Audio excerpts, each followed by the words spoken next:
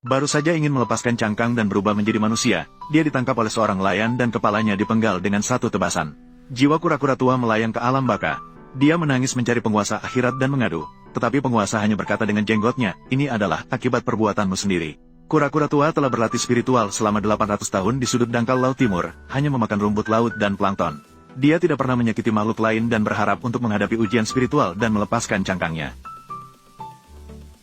Berharap bisa berubah menjadi manusia biasa, dia memikirkan kehidupan duniawi, tetapi hanya tersisa 3 hari sebelum dia berubah menjadi buah pir. Dia ingin naik ke darat, berjemur di bawah sinar matahari dan merasakan kehidupan. Siapa sangka, baru saja dia merangkak ke atas batu karang di tepi pantai. Dia langsung ditangkap oleh nelayan Wang Laosan yang sedang melempar jala. Wang Laosan tidak memiliki hobi lain dalam hidupnya selain menyukai makanan laut dan ikan sungai.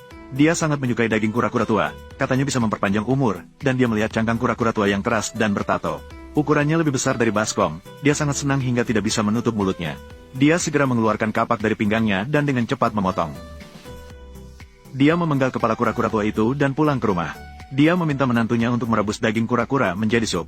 Dia juga menyimpan cangkang kura-kura. Dia bilang akan mengeringkannya untuk dijadikan bahan obat dan dijual. Kura-kura tua mati dengan penuh penyesalan.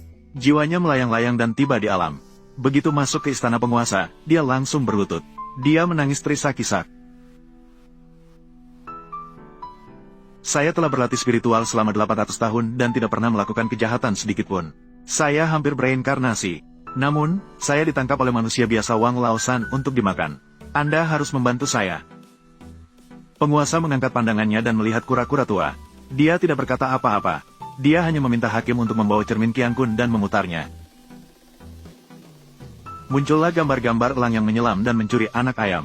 Hiu besar menelan sekumpulan ikan kecil dalam sekali lahap. Harimau di gunung menggigit kambing yang tersesat. Kura-kura tua melihat semua itu. Dia mengusap air mata dan berkata bahwa semua ini adalah hukum rimba. Namun, saya tidak pernah menyakiti siapapun. Saya tidak seharusnya mendapatkan nasib seperti ini. Penguasa tidak bersuara. Dia kembali meminta hakim untuk memutar cermin Qiang Kun. Kali ini, cermin itu menunjukkan pemandangan kura-kura tua 500 tahun yang lalu. Saat itu dia masih memiliki 300 tahun pengalaman spiritual. Mengandalkan cangkangnya yang keras dan gigi yang tajam. Mengusir ikan kecil dan udang di perairan dangkal. Mengusir mereka hingga berlarian ke sana kemari. Suatu ketika bahkan mengurung seekor anak penyu yang baru menetas. Terjebak di celah batu. Hingga kelaparan. Kura-kura tua melihat semua itu. Suara tangisnya sedikit mereda. Namun dia masih tidak terima. Itu semua terjadi 500 tahun yang lalu. Saya sudah lama mengubah sifat saya. Tidak pernah lagi menyakiti makhluk hidup. Saat itu, dari luar toko terdengar keributan. Sebuah jiwa yang mengenakan pakaian kasar berlari masuk dengan terhuyung-huyung.